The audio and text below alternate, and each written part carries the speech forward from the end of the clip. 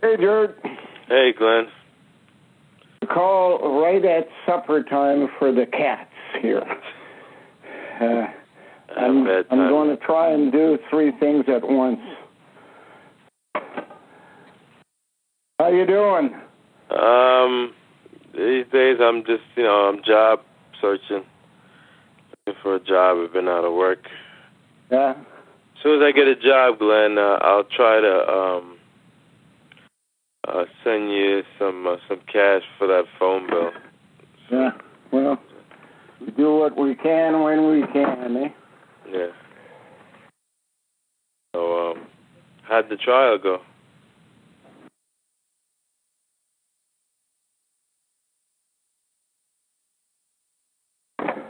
How's your mom? Oh man, well my mom, she's that's another reason why I'm hunting jobs these days, because she has your too dad? much. Yeah, my dad, he's just getting worse. It's just the inevitable is happening, and my mom, she could just, I don't know, she could use a little bit more help, I guess. Yeah. I want to put more like food on the table, stuff like that, because it's just too much work. She has to. She takes care of him. We all take turns with my brothers and stuff for feeding him and stuff. But she does like the main, like she cleans him and stuff. She like showers him and stuff.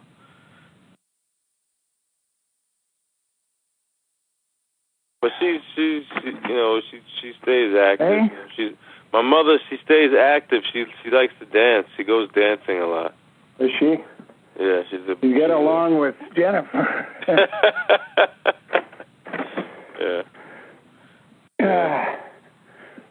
Yeah, man. Well, I'll be worried about you, man. Last couple of weeks, man, because I'm just thinking, like, wow, man, like the system. They won't leave me alone, eh? You're alone now. You know, ironically, it's like, damn, man, you just wanted to be with your wife, and they can't. Like, no, they don't want. Well, it started with Tom last November. They gave him prednisone, and I said, they're starting the process. It's called marination. You kill them a little bit at a time, and then it looks like it's a normal activity when you finally knock them over. And, of course, they did that in February. I told you, I think that they asked me whether or not I preferred attempts at resuscitation, and I told them that why would you ask me that? He's not even sick. What he's doing is living out the conditions you've created for him, and if you feed him intravenously, it'll work. He'll be back on his feet this afternoon. Well, by 4 o'clock in the afternoon, they were preparing for his death, and by 5 o'clock he was apparently dead for all intents and purposes. And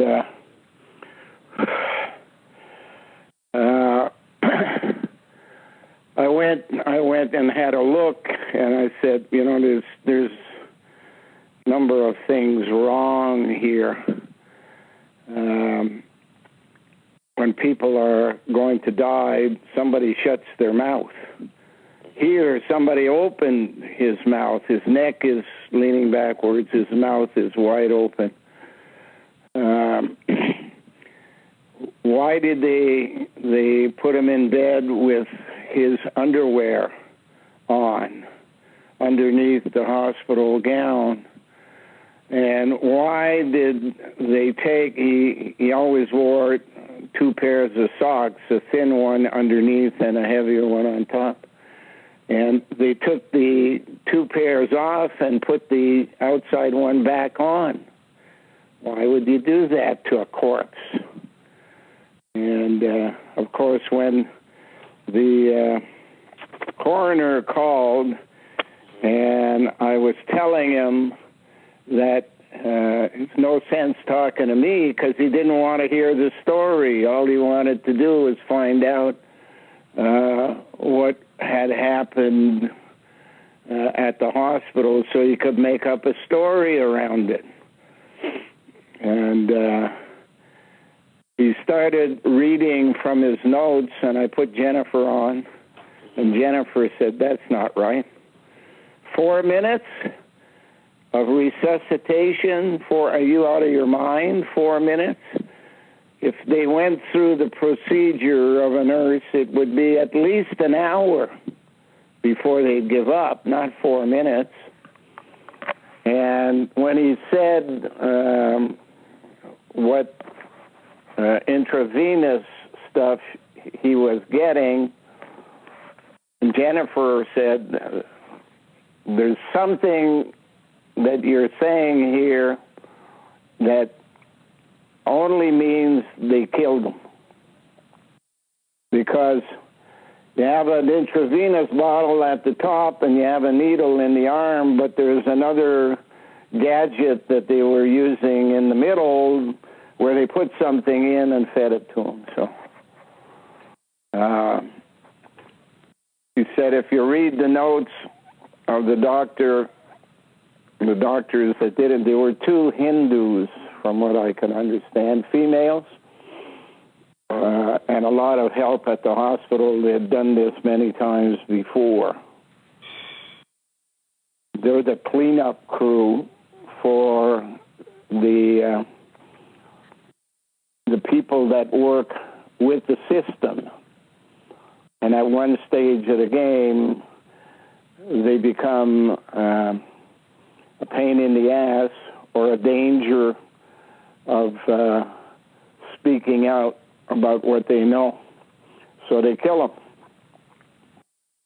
And all of the evidence that I've seen is that it was murder.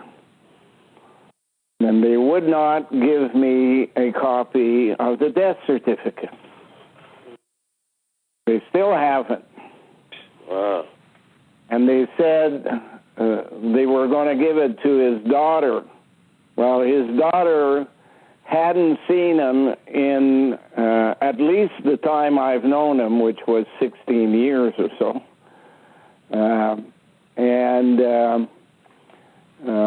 They were going to bury him in some secret hideout place type of thing. And I said, Tom asked that he be buried on the farm. And I'm his legal guardian, and I don't care what you say about it ends on the minute he dies. I said, nobody would sign a legal guardianship if they knew the whole thing was rigged to go out of compliance or out of action the minute the person died. The reason you do it is after he dies, or if he's in a mental state where he can't make decisions on his own. This guy was asking me for my pen so he could sign his lottery ticket at 2:00 in the afternoon. Where did he get the lottery ticket? I had given it to him in the morning. I went into the drugstore and bought it for him. I came out, got into the van with John, and I gave him his lottery ticket. Now he's lying in a bed in a hospital gown. He has no clothes on, His clothes are piled on a bench under the bed. And he pulls out the lottery ticket. Where did he get it? Who gave it to him? Why did they need to have it signed? So I gave him my pen, and he signed it and gave me back my pen. And the doctor, one of the main nurses, asked him, how do you like the prednisone? He said it gave me a high, not like some other stuff I've taken, but it made me feel like a teenager. So he wasn't in any state of dying. Anyways, as soon as I told them that I was launching an investigation and that the cell would be looking at all the aspects of that, the president of the hospital quit with no advance warning. He just, I guess when they told him what was going on, what they had done, he got out of there in one hell of a hurry. Wow. And since then, they have been looking for a replacement, and I haven't heard of anybody permanently replaced. One person on staff has been made interim, but there's nobody permanent. So who do you go to in this town? Can't go to the police. They're worse than most of the criminals that you would ever find here. They're the ones who stole from us on a number of occasions.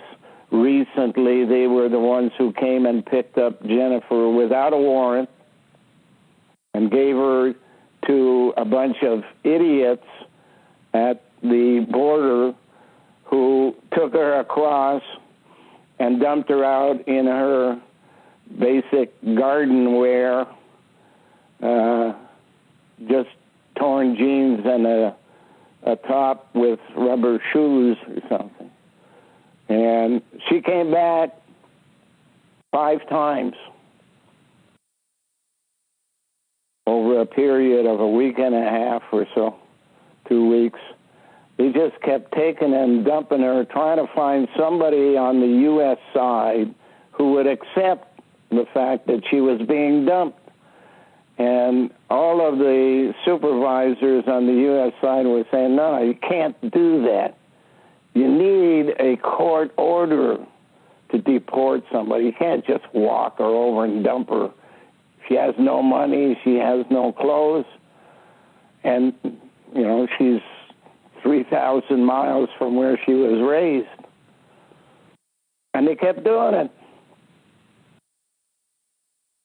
And when I told Jennifer that the information was being fed to the political level of the government, she told the guy from Legal Aid, all of this information is going up to the government.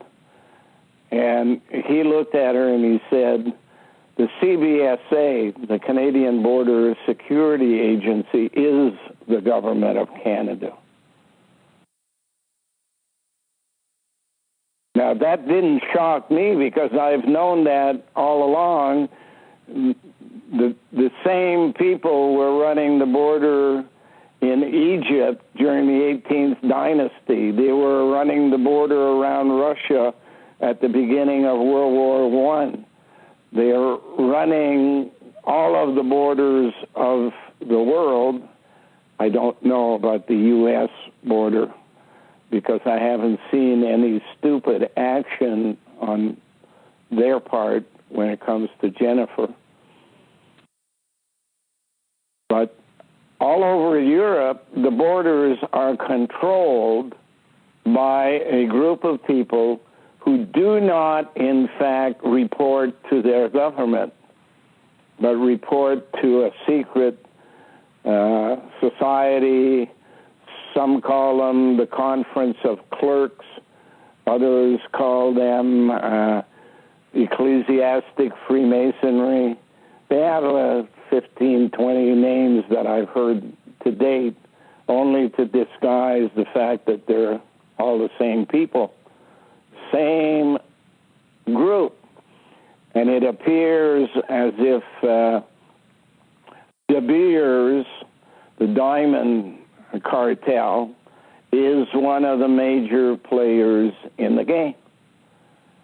And that drugs are brought into every country in the world, not because it's easy to do, but because the border guards are the ones doing the smuggling.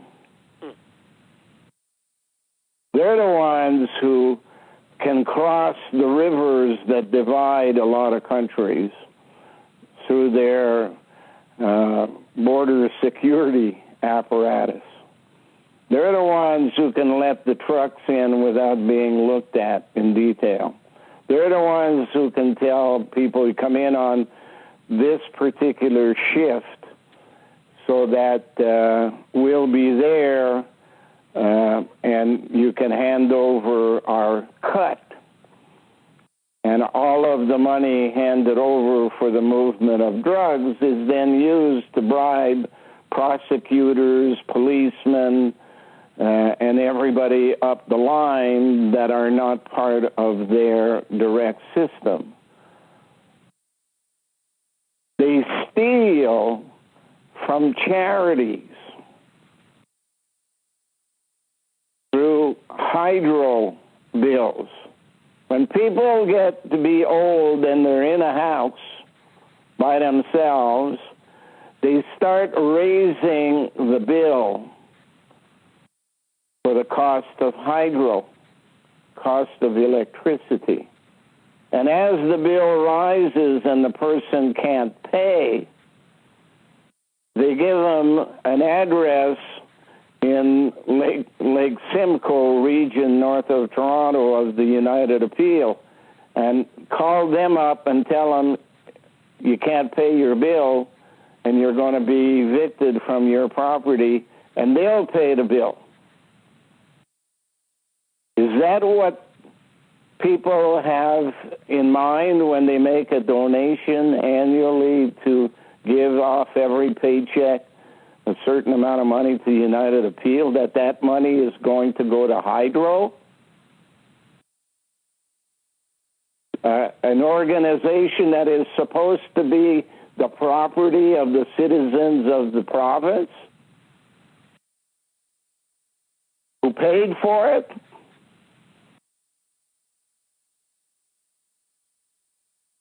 Is it anybody who grasps the concept that electromagnetism under a house is generated by surplus electricity being grounded into magnetic holding rocks? When a rock is made up of, say, quartz and something else in the way of rock, the quartz holds the electric charge. And when you reach a point during the winter when it freezes, that center explodes because it's trying to get bigger, and the concrete type rock that's holding it together is not expanding in the same manner, so it blows up. And what happens under a house, the mirror in the room that you slept in sometimes here with the big patio doors, exploded one day last winter. The middle window in the RV exploded into thousands of pieces because it's the same thing as a microwave oven. I put thermometers outside in different locations, and the temperature can be 60 degrees Fahrenheit in one place, and 10 feet away, the thermometer reads 140. And you look around, and all you see is where the wires are going over the top of the house are acting as a generator that picks up negative, positive vibes from the ground and sends it up towards the wires, so you have a contact being made between the electrical charges, and that basically creates the same thing as if you were in a microwave oven. And it's what happens in houses is electromagnetism runs best on very thin wire. When they put a ground wire into the ground, it's not a wire of the thickness of the 110 or 220 that they put in the house. It's all very thin wires wound together. So any surplus electricity sent by hydro into the house causes a surge, and it looks for a place to leave. And if you don't have surge protectors on your computer or TV, you can destroy them. It happened with my disc player here about a week and a half after we moved in. But if it goes to the ground, and the ground has been set up with gravel and water that is linked to moving electricity around and brings it up to big rocks under a misconstructed foundation, so that where the foundation in other places might be a foot, 18 inches thick, in this place it's only 4 or 5.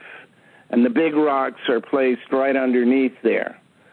And basically, when we sleep in the basement, in the bed that I had to use for 5 years because I couldn't trust Tom to keep the heating going in the house and that kind of stuff, I got the equivalent of a death blow in my stomach, and other people who've lived here have died, and other people who've lived here have given birth to mentally handicapped children. And it's not just this house. The same thing happened across the street. But this house is different because there is no normal construction. It's just wood. It's more built along the lines of a cottage that would be closed up for the winter, and you return in the spring by the lake someplace. But the fine wires, when the electricity comes in, picks up the wavelength that is required by electromagnetism and brings that magnetism to the different rooms through a telephone connection. Telephone lines are all very fine wires. And you can do the same thing to a house, to a business, to Walmart, to a skyscraper. The higher you go, the better it is even. Because it gets in line with lightning and stuff like that can be picked up by the building. Now, because we know all of this, and we've told them that we know, They made sure that Tom would not be available in the house to pay rent. They made sure the city hall fire chief appointed a new girl to be an inspector. And she came out on the one day a week that we weren't here. We go shopping on Wednesdays. She came out and she said, first of all, she left her card in the door saying, you have to remove those two vehicles that are an insult to the OPP for having made up stories on accidents on them and not investigated properly and not allow their ombudsman to deal with the problem and all of that stuff. Because we have a bylaw, she said on the telephone message, we have a bylaw that says that's not acceptable to the appearance of the property. And you have to remove anything that you've put in the way of display outside the gate of your property. So when I came home and I saw that, I moved everything that was outside the gate inside the gate, and she, in the morning, called Megan, even though Megan had put a letter on file at the city hall that she no longer owned the property. Her shares, 70%, had been transferred to Canadian Institute for Political Integrity, and that they should be dealing with me not as a tenant, but as the representative of the owner, as I was when she owned the shares for her. They refused to do that and sent her a threatening letter that they were going to sue her.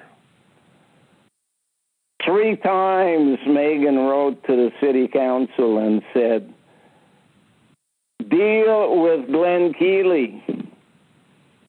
He's the one responsible. And I would have dealt with him, but they don't want me to be the one they have to deal with. They want to scare little old ladies. Finally, the date came that they were going to do it on their own and send us a bill. And I got Megan to write them a letter saying that if they believe that she's the owner of the property and she owns 70%, have they contacted Lynn, who owns 30% of the property and is also transferring the property to Canadian Institute for Political Integrity? If not, they better not touch anything on the property, because they haven't informed who in their mind is the owner. I haven't heard of the city since then. They sent Megan another fax with an insult, something that a lawyer would use, but it was written by the fire chief with absolutely no right to write that on his correspondence. Anyways, that was number 2. Then we get number 3. They come and kidnap Jennifer. I have made 4 applications to Citizenship and Immigration, and they don't act on them. I have gone to their refugee board and have waited for a response from the judge. It's something that's supposed to be done in 15, 20 days or something like that. And what they were looking for is information at the Refugee Board on what we knew rather than anything they needed, and that process lasted over a year and a half to 2 years or something. And then we get a call from an anthropologist saying that it had been denied, and we said, well, send us a letter signed by the judge. Oh, we don't do that. I said, you don't do that. You're an anthropologist. The judge described you in his court as, don't worry about him, he's just an office boy.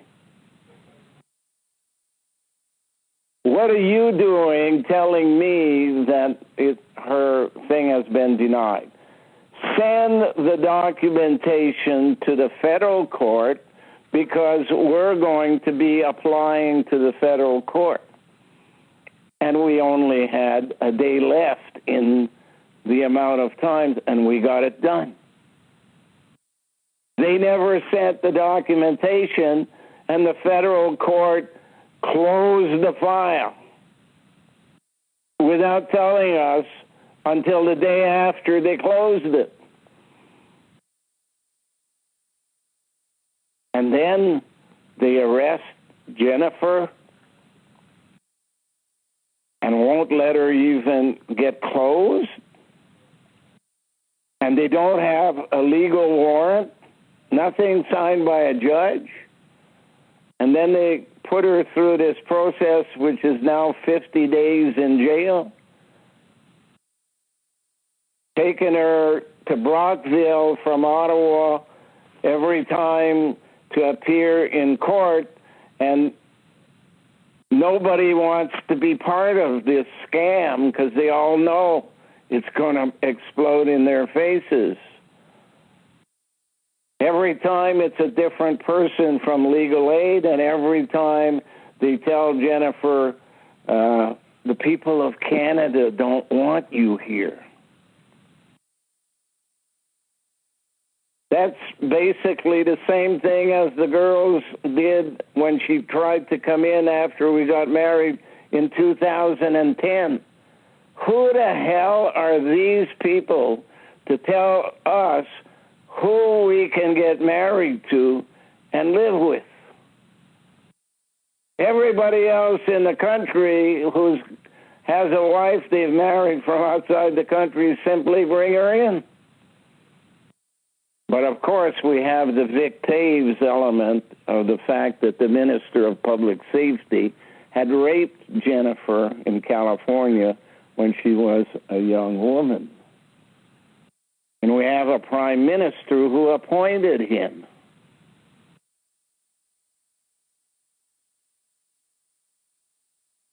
Now we have a judge who said to Jennifer, we got to get a trial going. Jennifer said, I want a trial, but I don't want the trial here. I want a trial in Ottawa. I want a change of venue because this is a criminal gang running the show in Brockville for the CBSA.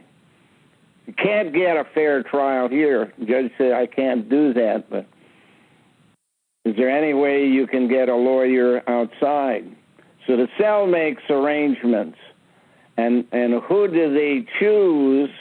They choose the guy who was the ombudsman for the Premier of Ontario, who just got fired by the Premier and said, there's a guy who's pissed off enough at the Premier and has just done the study on Hydro Ontario, which he once described on the radio as trying to get a hold of anybody that can make a decision on hydro is like trying to grab a greased pig on a farm. This guy is supposed to give an answer tomorrow or Friday about whether or not he'll take the case, but he has to talk to his lawyer first. Can you imagine the information he would bring with him on the criminal activity that is occurring at Ontario Hydro and the criminal activity that is occurring in the province of Ontario in the Premier's office, because he's been reporting to the Premier for years, different premiers. His name is André Marin. André is DNA twice. R-E means back again. Marin is marinating. Mary, the Virgin Mary, was marinated instead of screwed. Genetically engineered children are the products of marination using electromagnetism. The Bible refers to Joshua fit the battle of Jericho and the walls came a-tumbling down. Well, why did the walls go a-tumbling down? Well, he was carrying an electromagnetic device 7 times around the town as a symbol. It's called the Ark of the Covenant.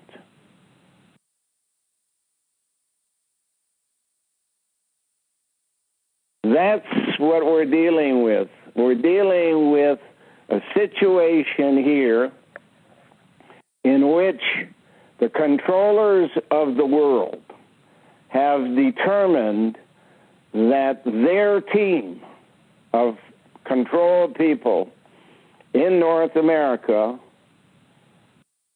have lost their value, and the future genetically engineered persons who will man a space program need a different marination. And therefore, if you were to flood the entire St. Lawrence Seaway starting at Lake Superior and all the Great Lakes down through the U.S. to Flushing, New York, through Flushing Meadows, that what you would in fact do is get rid of the people who've been causing the problem. They're people who have been causing the problem. And then you wouldn't have to worry about the people who knew what you were doing reporting you, because you would have also at the same time taken out first responders. That means you'd be free to do anything you want to do militarily without worrying about first responders, police, firemen, border security would mostly be gone. And so would everything they need to do work with, because they're all by the waterway.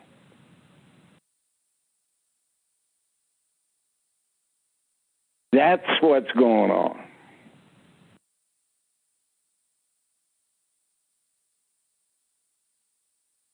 They don't care how many millions of bystanders die in the process. They'd only have to kill them with war, pestilence, famine, or disease if they didn't flood them out with water or with gases such as radon. There are 30-some nuclear reactors parked up at the junction of Lake Huron and Lake Michigan that were supposed to be sent to Sweden for dismantling and resale as parts.